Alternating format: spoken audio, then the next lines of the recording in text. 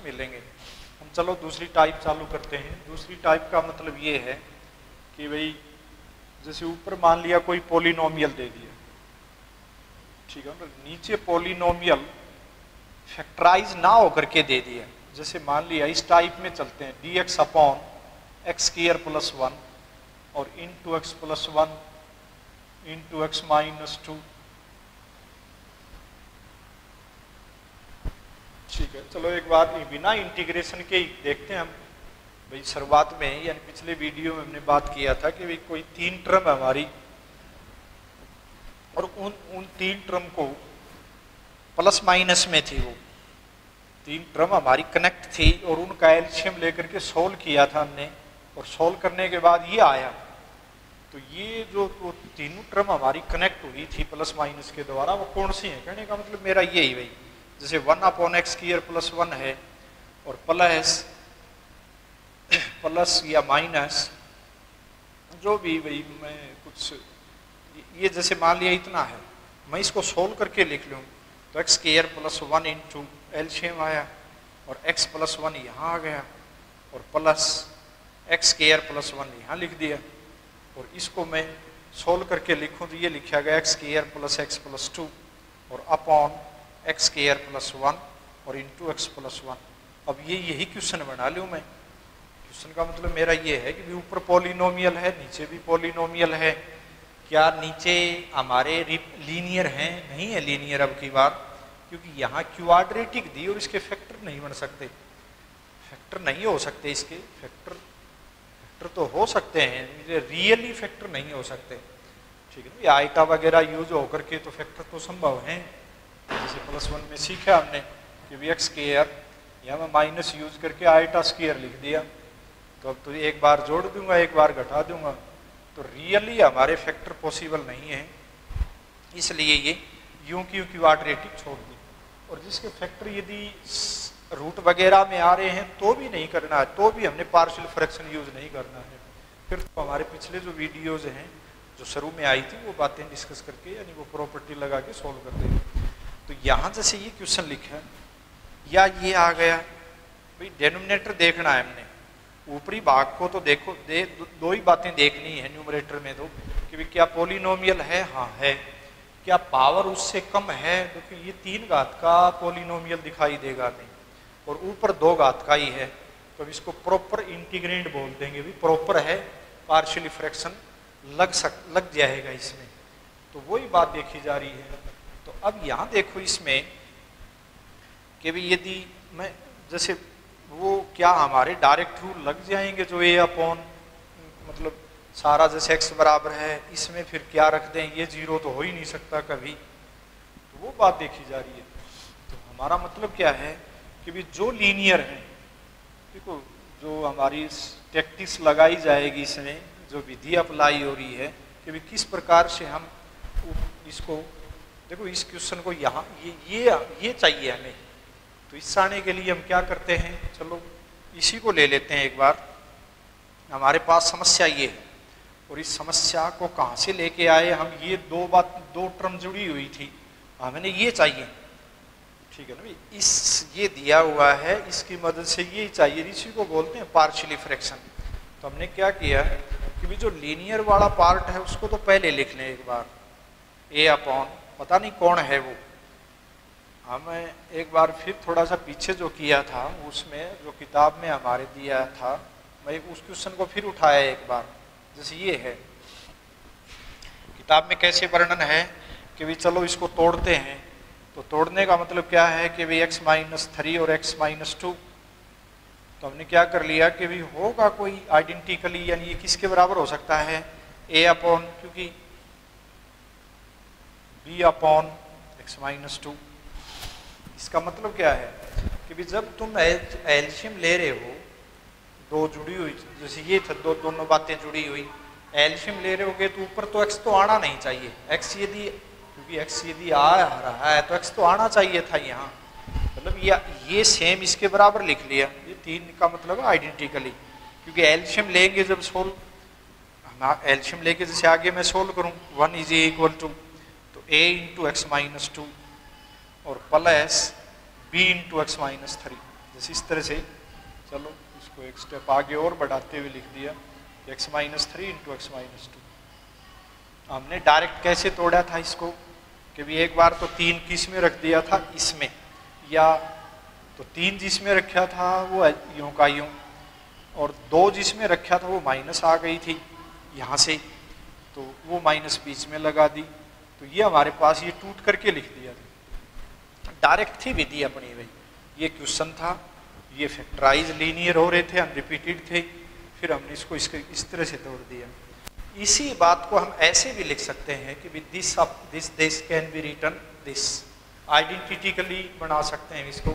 तो फिर हमने एलसीएम लिया, तो 1 is equal to a into this plus b into this, ठीक है ना। यहाँ से हमारे पास a और b यदि निकल के आ जाए, देखो यहाँ क्वेश्चन में a की वैल्यू क्वेश्चन में क्लियर हो रही है कि ये 1 आएगी और b की वैल्यू -1 आएगी, क्योंकि बीच में मैंने प्लस का चिन्ह लिया है, तो आएगी वही आइडेंटिकली लिया है। तो अभी हमने पीछे अभी एक क्वेश्चन में डिस्कस किया था कि आइडेंटिकली हम इक्वल हैं, तो 1 के बराबर 1 ही आए, तो 1 के बराबर 1 आए तो ऐसी कंडीशन में a और b क्या होगा, तो ऐसी स्थिति में वही बात है कि जैसे x बराबर है 2 रख दूं, x बराबर 3 रख दूं, कुछ भी रख सकता हूँ। आइडेंटिकली का मतलब ये है, ये इक्वेशन नहीं है, उससे बढ़ के है, इक्वेशन तो है ही है, उससे बढ़ के है ये बात। आइडेंटिकली का मतलब समझते हैं हम, तो x बराबर यदि मैंने 2 रख दिया, तो 2 रखते ही मुझे b की वैल्यू मिल गई जो कि -1 है, तो वही काम तो यहाँ कर रहे थे हम। x बराबर 2 जब इसमें रखा गया था तो सीधा ही हमने ऐसे लिख लिया था, और फिर x बराबर 3 रख दें तो ये पार्ट 0 हो लिया, तो फिर a की वैल्यू आ गई जो कि 1 के बराबर है। तो मैं a और b को जो डिटरमाइन कर लिया है और वो यदि रख दिया जाए तो सेम यही तो बात मिल गई हमें।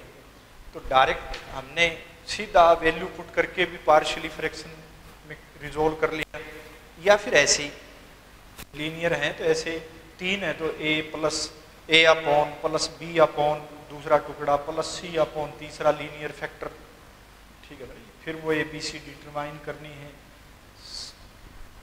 ठीक है। अब यहाँ देखो कैसे क्या कि भाई हमारे पास प्रॉब्लम है, ये क्वेश्चन दे दिया और कह दिया कि इसको ब्रेक करके दिखाओ। तो ब्रेक करने के लिए हम क्या करते हैं कि भाई चलो इसी को हम x² plus x plus 2 upon x² plus 1 और इंटू x प्लस 1। फिर बोला गया है कि भाई क्या पार्शियली फ्रैक्शन के लिए ये वैलिड है, बिल्कुल है, क्योंकि प्रॉपर है, पॉलिनोमियल अपॉन पॉलिनोमियल है। फिर इसमें नई बात क्या आई कि भाई नीचे डेनोमिनेटर में लीनियर फैक्टर नहीं है, सारे के सारे एक है बस, दूसरा तो क्वाड्रेटिक है। तो जो लीनियर होता है, जैसे मैं इसको लिखता हूँ अब a upon x plus 1 plus, जैसे मान लिया मैंने b अपॉन x² प्लस 1 लिख लिया, इस जैसे ऐसे लिखा था और कह दिया कि भी चलो मैंने आइडेंटिकली लिख लिया। तो ये आइडेंटिकली नहीं हो सकता। क्यों नहीं हो सकता, इसमें समस्या क्या आएगी। जैसे मान लिया यहाँ a और b क्या है, x में नहीं आएंगे, a और b तो कोई कांस्टेंट है मेरे, मान लिया ये 2 आए ये 3 आए, x में तो हमारे पास निश्चित कर ही लिया। तो जैसे मैं इसका एलसीएम लेके सोल्व करूंगा, x² प्लस 1 a इंटू आ गया और b के इंटू में x प्लस 1 आ गया, और मैंने इसका एलसीएम लिया, एलसीएम लेकर के ये चाहिए मुझे, ठीक है भाई। तो एक बार मैं थोड़ा सा क्वेश्चन को और सोल्व कर लेता हूँ कि भाई मान लिया ऊपर x है, चलो इसमें देखते हैं जो समस्या क्या आएगी इस तरह से लिखने में कि भी x² प्लस 1 a इंटू आ गया और x यहाँ आ गया। यहाँ जैसे मैं a के साथ गुणा कर रहा हूँ, देखो एक तो सीधा सा a तो यहाँ निश्चित है, चलो सोल्व कर लेते हैं एक बार इसी को ही कि भी इसमें गड़बड़ क्या होने वाली है कि भाई आइडेंटिटिकली क्या इसको और इसको मैं लिख सकता हूँ कि ये है बात कि भाई कोई मतलब इसकी तरह क्या संभव है इसको लिखा जाना, यानी कि क्या ये रूल और ये रूल जो लीनियर फैक्टर हमने बनाया, क्योंकि यहाँ लीनियर नहीं है, उसके लिए ये दूसरी टाइप है सीखने की पार्शियली फ्रैक्शन में। तो हमने मान लिया कि भाई चलो ये इसके बराबर होगा, फिर एलसीएम लेते हैं, x² प्लस x दोनों साइड से इससे मल्टीप्लाई कर लिया, तो a into x square plus 1 और plus b into x plus 1। ठीक है ना भाई, कह दिया कि भी चलो ये आइडेंटिकली इक्वल हैं। तो यहाँ क्या हुआ कि भी जैसे मैं x बराबर -1 रख दिया तो ये पार्ट तो जीरो हो गया, x बराबर है -1 रख दिया और ये a की वैल्यू आ गई और इस साइड में भी आ गया। ठीक है ना भाई, तो a की वैल्यू मतलब x की एक पर्टिकुलर वैल्यू से हमारे पास a तो आ गया और उसके बाद यदि मैं इसको b को सोल्व करूं, b को सोल्व करने का मतलब मेरा ये है मुख्यतः बात ये कि यदि एक्स स्क्वायर इसके मल्टीप्लाई में आ लिया तो एक्स स्क्वायर इंटू ए और b इंटू एक्स, इस क्वेश्चन में तो ट्रू हो जाएगी ये बात, ये इस क्वेश्चन में तो ट्रू हो जाएगी जो चर्चा चल रही है वो। जैसे मैं मान लिया एक बार भूल जाओ अभी जो बात हुई थी, मैं इसको वो टाइप समझाने की कोशिश हो रही है। जैसे मान लिया ये 3 फैक्टर हैं और किसी ने मान लिया कह दिया कि भी चलो इस तरह से क्या लिख सकते हैं क्या, लीनियर वाले पहले लिख लिए, कौन सा भी लिख लो, b अपॉन एक्स -2 लिख दिए और चलो c upon x square plus 1 लिख दिया। यदि मैं इनको सोल्व करना मान लिया एलसीएम लेकर के सोल्व करूं तो जो समझाने वाली बात क्या है हमारी कि भी a के इंटू में ये दोनों की मल्टीप्लाई आएगी तो इन दोनों की मल्टीप्लाई तो x की 3 आ गया। ध्यान दियो मैं इसको सोल्व कर रहा हूँ भाई एलसीएम लेके, तो इन दोनों की मल्टीप्लाई a के इंटू में जाएगी, b के इंटू में इन दोनों की मल्टीप्लाई जाएगी और c के इंटू में इन दोनों की मल्टीप्लाई जाएगी। तो a के इंटू में कौन मल्टीप्लाई गई है हमारी x -2 into x square plus 1। ये सिर्फ समझाया जा रहा है, इसकी तो एक ट्रिक है, सीधी सी सवाल जो सोल्व करोगे भाई वो क्यों लगाई गई है वो समझाई जा रही है। भाई मैंने इसको इसके बराबर मान लिया भाई गलत है ठीक है, वो चीज़ हम डिटरमाइन कर रहे हैं कि भी ठीक लिख दिया कि ये हमेशा क्या इसके बराबर लिखा जा सकता है। तो हमने क्या किया कि a इंटू एलसीएम लेने का मतलब है कि भी दोनों साइड बराबर है तो इस सारे से दोनों साइड मल्टीप्लाई कर दो तो लेफ्ट हैंड साइड में तो आ गया 1, जैसे राइट हैंड साइड लिखी जा रही है a into this plus b into इन दोनों की मल्टीप्लाई एक्स स्क्वायर प्लस 1 और प्लस c के इंटू में आया x प्लस 1 इंटू एक्स -2। ठीक है, तो अब क्या होगा कि जैसे मैंने x बराबर 2 रख दिया तो ये पार्ट 0 हो लिया, x बराबर 2 रखने पर b की वैल्यू आ गई। ठीक है, और फिर मैंने इससे कोफिशिएंट उठा करके a की वैल्यू निकाल दी। क्वेश्चन में क्या है, यहाँ क्या आ रहा है कि x की 3 आ रही है और यहाँ भी x की 3 आ रही है, यहाँ a और b कांस्टेंट हैं कोई। तो जैसे मैं एलसीएम लेकर के क्या करूँगी भी x की 3 से x की 3 कटनी चाहिए, हटनी चाहिए, x की 3 को ये मदद नहीं देगा क्योंकि c तो कोई कांस्टेंट है और यहाँ तक स्केयर ही होगी कोई, तो x की 3 यहाँ से कैंसिल हो जाए तभी हमारा काम बने। और साथ साथ और भी कि यहाँ से जैसे एक्स स्क्वायर है यहाँ भी एक्स स्क्वायर आएगा, यहाँ भी एक्स स्क्वायर आएगा, तो a और b की वैल्यू तुमने जब पहले निकाल दी तो वो c को मतलब स्वतंत्र छोड़ देंगी, कहने का मतलब मेरा ये है। तो यहाँ इस विधि के द्वारा हम ये फार्मूला नहीं लगा सकते। कौन सा फार्मूला लगाएंगे, ये सिर्फ समझाने की बात थी भाई, 2-3 मिनट जो लगी। जो हमारा दूसरा जो टाइप है पार्शियली फ्रैक्शन में, उसका मतलब मेरा ये है कि भी ऊपर जैसे dx अपॉन नीचे एक लीनियर फैक्टर ले लिया, मान लिया x -1 ले लिया और दूसरा ले लिया जैसे x स्क्वायर -+2 ले लिया। ठीक है ना भाई, तो इसको पार्शियली फ्रैक्शन में क्या लिखेंगे, एक लीनियर है उसको लिख लिया x -1 और जो दूसरा लिख रहे हो ना भाई प्लस प्लस डाल के उसमें यहाँ x लेना होगा, नहीं तो ये आइडेंटिकली इक्वल नहीं होगी ये बातें। इंटीग्रेशन तो बाद में निकालनी है, मेरा काम ये है कि भी मैं इसको प्लस या माइनस में 2 हिस्सों में तोड़ दूं या फिर वही बात बोल दूं कि भाई जहाँ से चला था एल जुड़े हुए थे ये दोनों इस प्रकार से, उनका एलसीएम लेकर के ये आ रहा है हमारा कोई 1 अपॉन, तो फिर मैं इसको 2 जोड़ या घटा में कैसे तोड़ूं, तो ये हमेशा इसके आइडेंटिकली लिख दिया। इसका फायदा क्या हुआ, यहाँ देखो हमने पहले तो ले रहे थे सिर्फ एक टर्म बी, जो हमारे लीनियर फैक्टर थे रिपीटेड नहीं थे। और यहाँ क्या हो गया कि ये बी एक्स क्यों लेना पड़ा हमने, ये इसलिए लेना पड़ा कि ये कोई कांस्टेंट है। जैसे मैं इसको एलसीएम लेके सोल्व किया, ये एक्स स्क्वायर की टर्म आ गई, उस एक्स स्क्वायर की टर्म को खत्म करने वाला आगे तो जरूरी हो, एक्स स्क्वायर नहीं आएगा तो खत्म कैसे होगी। तो इसलिए ये एक्स जब इससे एलसीएम लेके सोल्व करेंगे तो एक्स स्क्वायर तो यहाँ आएगा, तो बी ऐसा वहाँ डिटरमाइन हो जाएगा जो यहाँ से एक्स स्क्वायर की टर्म आ रही है उसको खत्म कर देगा, क्योंकि हमें तो सेम एलसीएम लेके इन दोनों को यही चाहिए। तो यहाँ चाहने के लिए यहाँ से है और फिर कोई कांस्टेंट आ जाए, कांस्टेंट का मतलब यहाँ जब इसको खत्म कर रहे हो तो तुम कुछ जोड़ा जाड़ी तो करी है, तो फिर ये कांस्टेंट और लिखना होगा। तो दूसरी टाइप में हमेशा ये याद रखना है कि भाई प्रॉपर का मतलब समझ गए होगे कि भाई ऊपर घात कम रहे, पॉलिनोमियल अपॉन पॉलिनोमियल हो।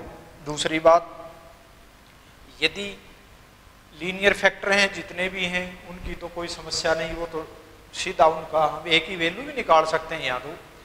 लेकिन ये जो एक्स स्क्वायर प्लस 2 यदि खुला हुआ जिसके फैक्टर संभव नहीं है, लेकिन फैक्टर तो हैं, गलत मतलब मेरा जो हम काम की बात है कि ये फैक्टराइज नहीं हो रहा है, किस में मतलब फैक्टराइज तो हो रहा है, ये फिर तो कम्प्लेक्स आ जाएंगे। एक फैक्टराइज हमने बोले थे कि भाई रूट वगैरह में फैक्टर बन के ना आ जाए, जैसे रूट का मतलब जानते हैं कि जैसे x square plus 4x plus 1 है माइनस 1 है, इसका यदि हम फैक्टर करें तो कर तो सकते हैं, यानी सूत्र जैसे निकालें कि भी एक्स सूत्र द्वारा जैसे -4 प्लस माइनस रूट ऑफ कितना भी 7 बी स्क्वायर प्लस 4 कितना हो गया 20, ठीक है ना भाई, बी स्क्वायर 16 प्लस 4, हाँ ठीक, और बटे में 2, तो x is equal to -2 plus -2 into root 5 और बटे में 2। तो ये देखो ये है मेरा कहने का मतलब। तो यहाँ यदि मैं इसको 2 तो कैंसिल कर दूँ ऊपर नीचे से, ये 2 ही है, तो 2 प्लस समथिंग, तो ये जैसे मान लिया प्लस का और x इधर ले आऊँ तो x प्लस 2 माइनस रूट 5 एक फैक्टर ये आ गया, दूसरा भी लिख सकते हैं। तो इसका मतलब इसको फैक्टराइज कर सकते हैं हम, लेकिन फैक्टराइज हमें ऐसे करने हैं जो रूट वगैरह ना आए, ठीक है ना। ये उसी के पार्शियल फ्रैक्शन का जो हमारा चैप्टर हमारी जो एक्सरसाइज चल रही है उसका मतलब ये। तो दूसरी जो टाइप मेरी थी भी समझने की, वो इसको ऐसे लिखना है ज़रूरी है, ठीक है ना। एक्स इन्वॉल्व करिए ताकि ये मल्टीप्लाई होकर के एलसीएम लेंगे तो मल्टीप्लाई होगी, एक्स स्क्वायर आएगा, यहाँ भी एक्स स्क्वायर आए वो खत्म हो, क्योंकि ऊपर एक्स स्क्वायर थोड़ा है हमारा भाई। तो अब हमने इसको आइडेंटिकली बोल दिया कि भाई हाँ, इसको हमें आइडेंटिकली मैनेज करके ए बी सी 3 जो अननोन है उनको ज्ञात कर लिया जाए। उनको ज्ञात करने के लिए वही बात है, अभी एलसीएम लो, तो लेफ्ट हैंड साइड तो हमारी 1 के बराबर है और right hand side a into x square plus 2 और plus x minus 1 into b x plus सी।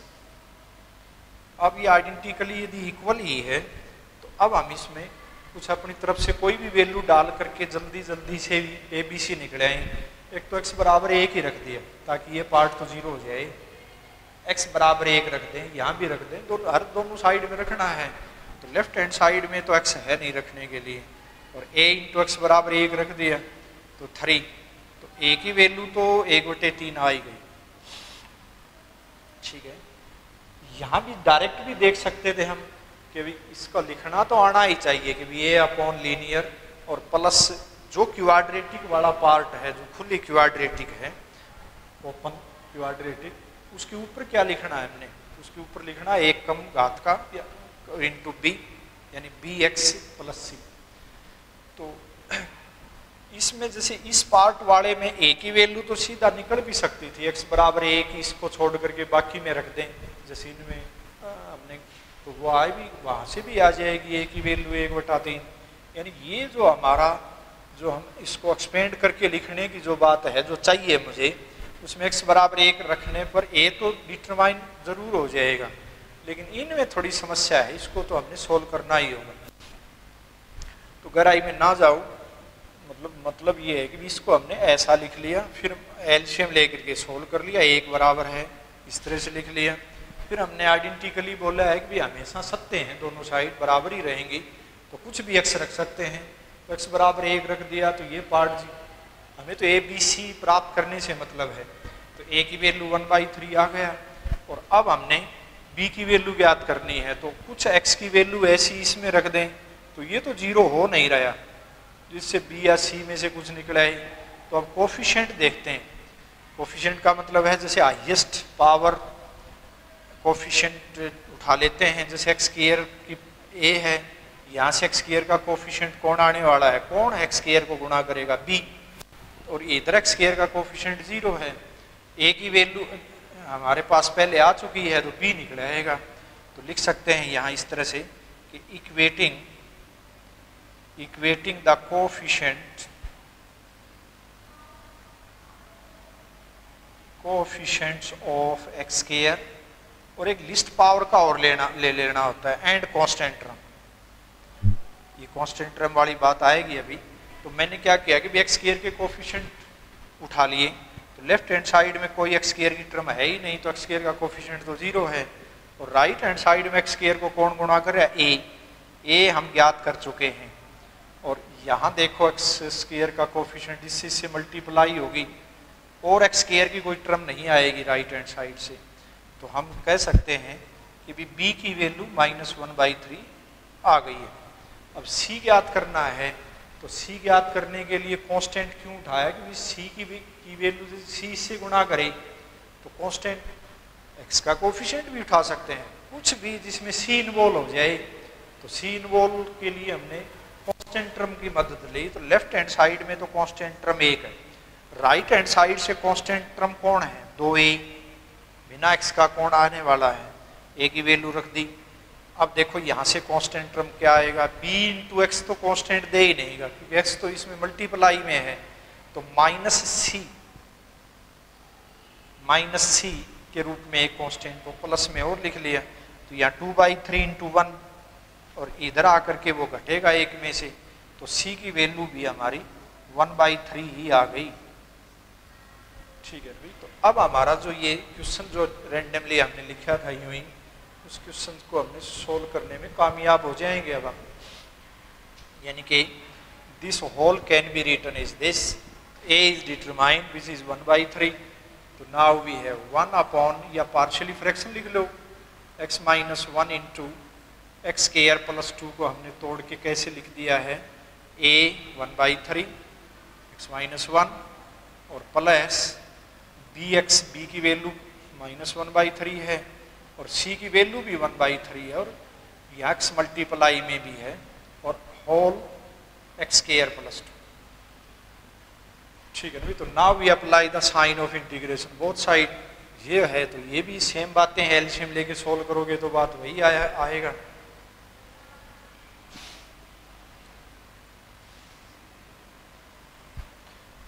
ठीक है भाई। तो c की वैल्यू भी तो हमारी -1/3 आ रही है। थोड़ा सा यहाँ देखिए भाई, -c है यहाँ, 2/3 को इधर ले गए तो +1/3 आया, और ये माइनस, तो दोनों ही माइनस के आए हैं ये। ठीक है भाई। तो अब हमारे पास ये टूट करके इतना आ गया, तो क्या हमने जो पीछे इंटीग्रेशन सीख लिया है, क्या उससे कोई मदद ले करके क्या हमारे पास ये इंटीग्रल सोल्व हो जाएगी? बिल्कुल भाई, ये तो इंटीग्रल हम जानते ही हैं, 1/3 log ऑफ x - 1। अगले वाले में चाहे तो -1/3 तो कॉमन ले लेते हैं, और अंदर बच गया इंटीग्रेशन ऑफ x - 1/x² + 2। अब देखो पीछे जो कर लिया, एक तो बार बार बताया था कि भाई डेरिवेटिव हमें आता हुआ दिख रहा है, तो डेरिवेटिव आने का मतलब है कि इसका 2x, तो 2x तो ऊपर बना सकते हैं हम आसानी से। तो 1/3 log ऑफ x - 1 -1/3, ऊपरी भाग को क्या लिख दें, 2x लिख दिया, और 1 2 से भाग भी दे दिया यहीं, और -1 अलग रहने दो, होल डिवाइडेड बाई x² + 2। तो इस पार्ट को लिख लिया यूं का यूं, और माइनस आगे भाई 1/3। अब इतने सारे को इतने देखो 1/6 लिख लिया, ये 1 बटे 3 की 1 बटे 2 की गुणा करी। चलो लिखते हैं एक बार 2x upon x square plus 2। फिर आगे बढ़े -1/3, थोड़ा गलत कर दिया था भाई, -1/3 कॉमन लिया तो ये +1 है, ये भी +1 है। तो जब -1/3 इसके साथ मल्टीप्लाई होगा एक के साथ तो लिख लिया 1/3 integration of 1 upon x square plus 2। अब देखो ध्यान से, क्या हमारे पास डेरिवेटिव है मल्टीप्लाई में? बिल्कुल है। ठीक है, सारे का सारा जो फंक्शन है वो बटे में जरूर है, बटे में है तो उसके ऊपर पावर -1 है, तो -1 के लिए बोला तो लॉग ऑफ वाला रूल लग जाएगा। ये तो लॉग ऑफ डेनोमिनेटर, ये पीछे हमने 2 प्रकार की प्रॉपर्टी बताई थी, बार बार यूज होगी। जैसे एफ(x) है, कोई भी पावर हो इसके ऊपर और उसका डेरिवेटिव यदि मल्टीप्लाई में है तो उस फंक्शन के ऊपर पावर जो जितनी है उसमें 1 जोड़ दो और उतने से भाग दे दो, बशर्ते ये -1 ना हो। यदि ये बन जाती है -1, जैसे यहाँ देखो, इसको मैं ऊपर ले जा करके सारे पर पावर -1 लिख सकता हूँ और इनटू में उसका डेरिवेटिव, तो फिर ये रूल नहीं लगेगा। फिर तो वो लो, यहाँ तो क्या होगा, दूसरी जो प्रॉपर्टी थी हमारी कि भाई एफ(x) यदि अपॉन में है और ऊपर उसका डेरिवेटिव दिखाई दे तो इसका इंटीग्रेशन क्या आ जाएगा, लॉग ऑफ एफ(x), लॉग ऑफ डेनोमिनेटर। ठीक है भाई, तो यही बात ये है। तो इसका आंसर क्या आ जाएगा, ये तो लिखा गया -1/6 log of x square plus 2 और -1/3, ये स्टैंडर्ड रूल है हमारा, tan इनवर्स से जुड़ा हुआ दिख रहा है तो √2 और इसका स्क्वायर लिख लिया। तो इसको लिख देंगे 1/a का मतलब √2 tan inverse x upon √2, x upon √2। तो काफ़ी अभ्यास करना होगा इंटीग्रेशन में। पीछे यदि मान लिया हमने कच्चापन दिखा रखा है, क्योंकि सारे के सारे फार्मूले हमने पीछे जो 4 या 5 वीडियोस डिस्कस किए हैं इंडेफिनेट इंटीग्रेशन के, वो सारे के सारे रूल हैं, वो आगे क्वेश्चन बढ़ते जाएंगे, नया रूल आएगा, वो तो लगा ही लगेगा। पिछले जितनी भी हमने प्रॉपर्टी सीखी हैं वो भी यूज होती हैं, क्योंकि 7 जो फार्मूले थे बोले थे हमने शुरू में ही, एक तो वो डिस्कस किए थे, फिर बाद में कुछ एक प्रॉपर्टीज या कुछ एक लाज हमने और सीखे थे, वो भी चलते चलते बीच में बनावट आ जाए, तो ये हमारा सवाल सोल्व हो गया। तो दूसरी टाइप हमारी क्या है याद रखने की, कि भी सबसे पहले तो डेनोमिनेटर को देखो कि भी डेनोमिनेटर में क्या हमारे पास क्वाड्रेटिक मल्टीप्लाई में लीनियर समथिंग ये है, लेकिन हो ये पॉलिनोमियल, ऊपर भी पॉलिनोमियल हो सकती है, लेकिन पावर उसकी यदि बराबर या उससे अधिक आ जाए तो फिर हम उसको भाग दे करके प्रॉपर फ्रैक्शन में कन्वर्ट करके फिर आगे बढ़ सकते हैं। तो अगला वीडियो हम चालू करेंगे, आज इस वीडियो में इतना ही।